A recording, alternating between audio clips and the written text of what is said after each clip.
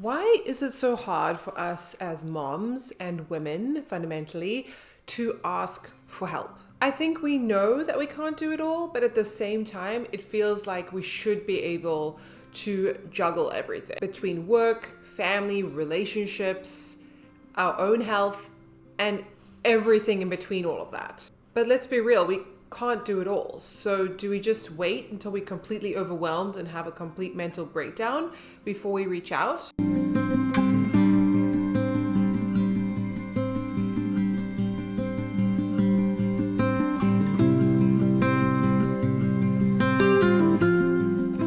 Hello and welcome if you are new here. My name is Julie. I'm a busy mom of 3. I would say I'm a recovering perfectionist and I really struggle to ask for help. Which is why today we're diving into this topic, because I think many of us can relate and I want to unpack a little bit about where it comes from and maybe what we can do about it.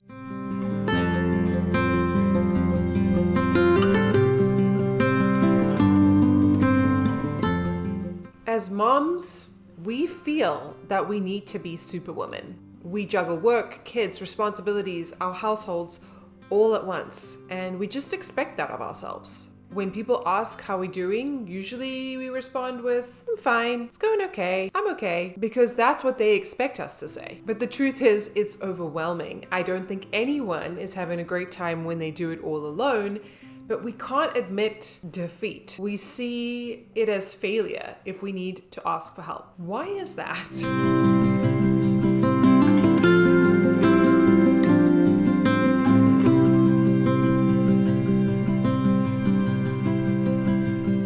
From an early age, we're conditioned to be self-sufficient and independent. We see our moms and the women in our life doing everything, and we think that that is the way to do it as well. Society often praises women who do it all.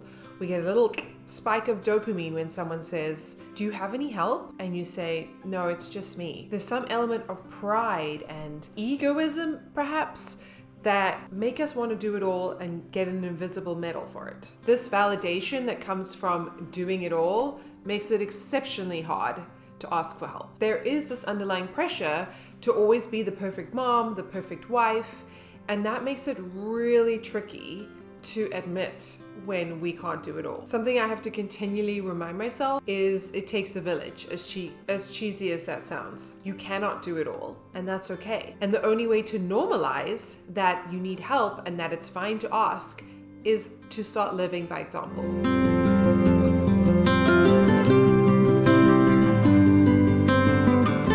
Another reason we shy away from asking for help is that fear of burdening other people. We don't want to be that person that seems to always ask for help or favors and be viewed as someone who can't quite cut it, who can't quite do it for themselves or manage on their own. But here's the thing, asking for help doesn't make us weak or incapable. In fact, it shows an incredible amount of strength through the vulnerability of admitting that we need other people. And often, people really want to help, but they have no idea what we need because we don't tell them.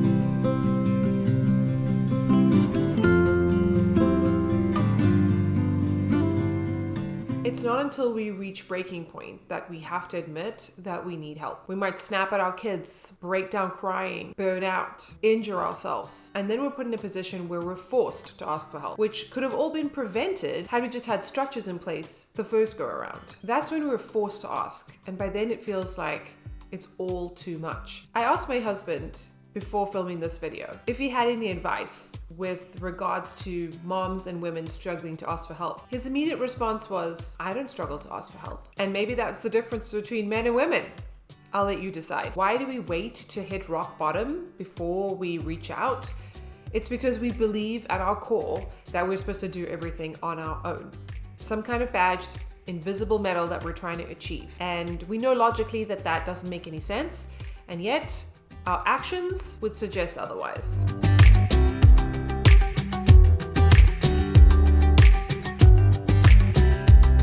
Once you get over that mental block of asking for help, it feels like a weight has been lifted off your shoulders. It's actually very empowering because, as I said previously, vulnerability is strength, and being vulnerable and saying that you need help is showing a deep strength, because you're showing what you perceive as a weakness to somebody else. You're opening yourself up, and that takes incredible courage. I have often said in these videos that I believe when we're in a difficult situation, these are lessons that the universe, God, power that you believe in is trying to teach you.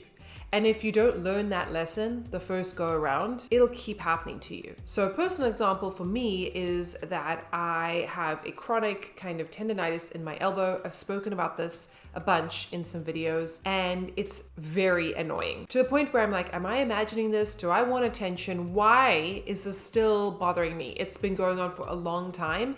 And at the core, I think it's me not asking for help and being impatient and trying to do everything when I need to slow down and do less. The lesson here is to not take my health for granted and to really try and open myself up to other people helping me and not perceiving it as a failure.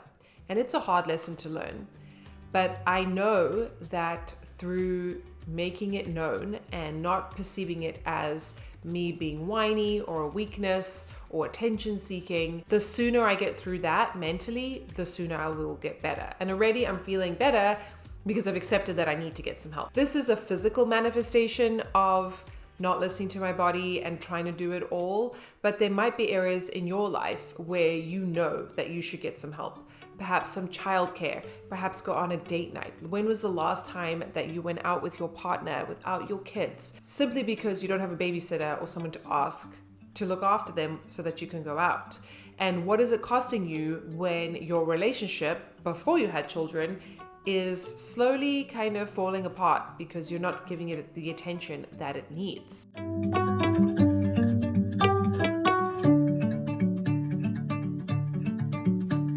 The last thing I want to leave you with is that whatever you perceive will happen when you ask for help, like whatever negative thing you anticipate will come about, is in your mind. It's a story that you have created from your life's reference point. Just like my husband says, I don't struggle to ask for help. That is his version of reality, where asking for help is not considered a weakness in his opinion.